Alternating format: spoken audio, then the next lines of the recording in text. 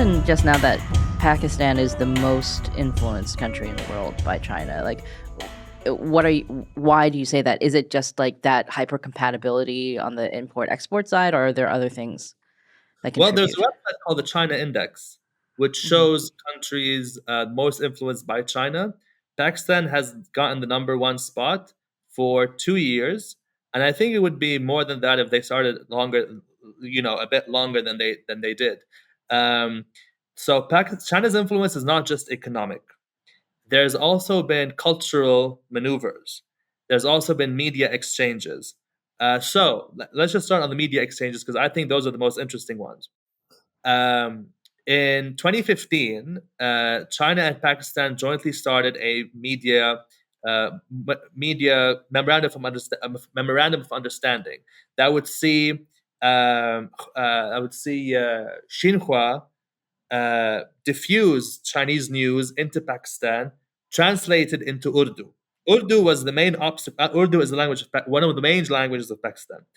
Urdu was the obstacle behind China diffusing its news within the country. English is spoken, but Urdu really is the main language.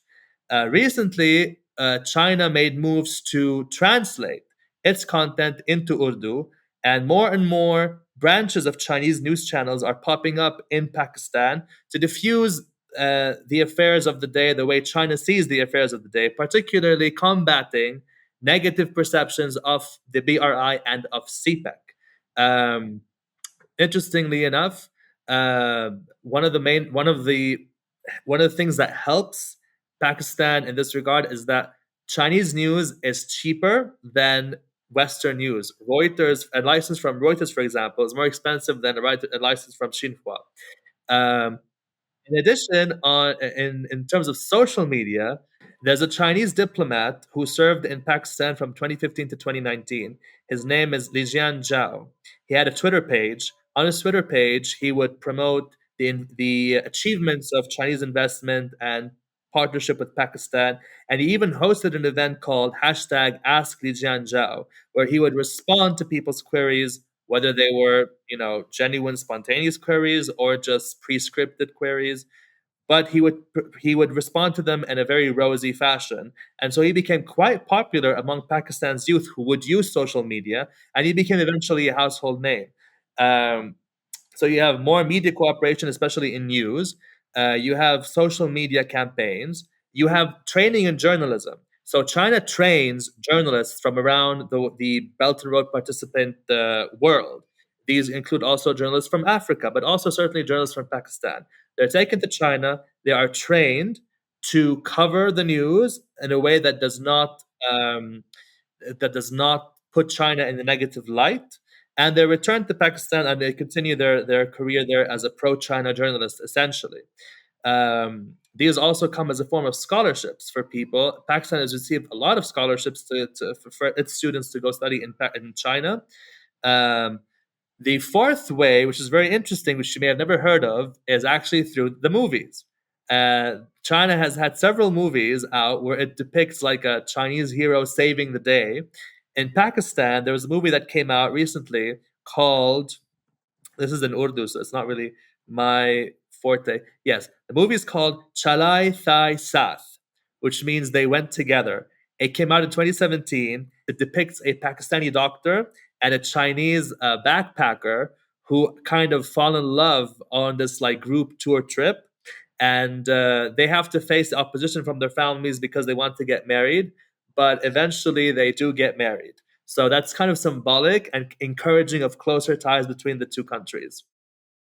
Wait, was that a Chinese movie or a Pakistani movie? Pakistani movie, Ah, like Interesting. a It's it, blockbuster movie with high production and etc. it's amazing how China is also affecting how people in Pakistan even think about China. well, I mean, I was going to ask this question because you mentioned that part of the reason for the Chinese media is to like combat negative perceptions of BRI and CPEC. Was there a lot of negative perception within Pakistan?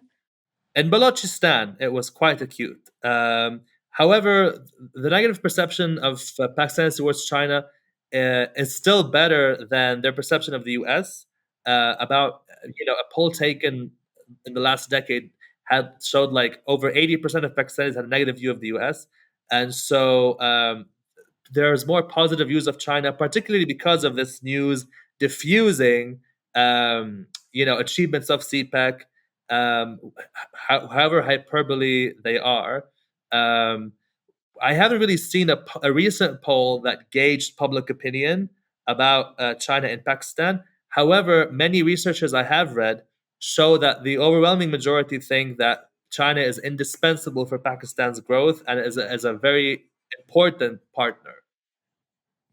Well, so what would happen then if this would probably never happen, but if the U.S. were to decide that it needs to counter China geopolitically and decided, okay, we want to drive a wedge between China and Pakistan, what would the U.S. need to do in Pakistan? The U.S. needs to court the military. The military really, I think, is the main engine for China's influence in Pakistan. The military in Pakistan has made it quite clear that they will see CPEC to the bitter end, no matter what happens. And this was kind of interpreted as a threat by Balochi separatists. And indeed, under CPEC, the military has been more outspread within Balochistan than it ever has before. For the U.S. to stop Pakistan from, completely becoming periphery to China, it would need to court the military. It would need to convince the military that they can keep all their perks and then some if they move away from China. So that would essentially be creating a non-democratic affair because the military would want to have more say in the government, more than it does now, at least. And one aspect that the U.S. does have a secure foothold in, as I said, is advanced technology. But the U.S., I don't think, has set the conditions for the purchase of this equipment in a way that disenfranchises China. So it hasn't been like, okay, we'll give you the F-16s, just stop your cooperation with China. That hasn't happened yet. And the U.S. would need to also train Pakistan's military, which used to happen before. But if Pakistan wants like assurances against India, I don't think the U.S. can rein in India. India kind of has free reign now because so many people need it. Russia needs it. The U.S. needs it as well. However, on your point, there are channels of U.S. influence within Pakistan. Notably, these are democratic transparency institutes within Pakistan that want to make sure that democratic processes are followed, respected, that there's no authoritarianism, and there's no suppression of people's voting rights. In addition, scholarships to Pakistani students to study in the West renders them more westernized and creates like more Western influence within the country, especially if these become successful individuals and leaders later on. What we're seeing, however, is that many of the scholars that go and study in China return to Pakistan, and they become a counterweight to Western influence by those who have studied in the West, particularly because of scholarships going there cheaper, and that education in the U.S. is so expensive that only the sons and daughters of the elites can even afford to go there in the first place. So you have more and more people who have studied in China, who have been forced to study its history and language by stipulation of these scholarships. They return to Pakistan, they have a favorable view of China, and they'll promote it, in their circles. Now, that's interesting. It's something the U.S. could do to greatly change the balance of power globally would be to just create some kind of U.S. system of education to specifically educate people from around the world in all of these periphery countries. So they are getting the U.S. message instead of the China message about the Belt and Road and why that's such a good thing. I mean, the CCP definitely understands this. This is why Confucius Institutes were set up, right? Yeah, like wasn't there some quote about education? Communists said something. That's very vague. They said a thing, and it's about education. If you basically if you brainwash the kids, you win.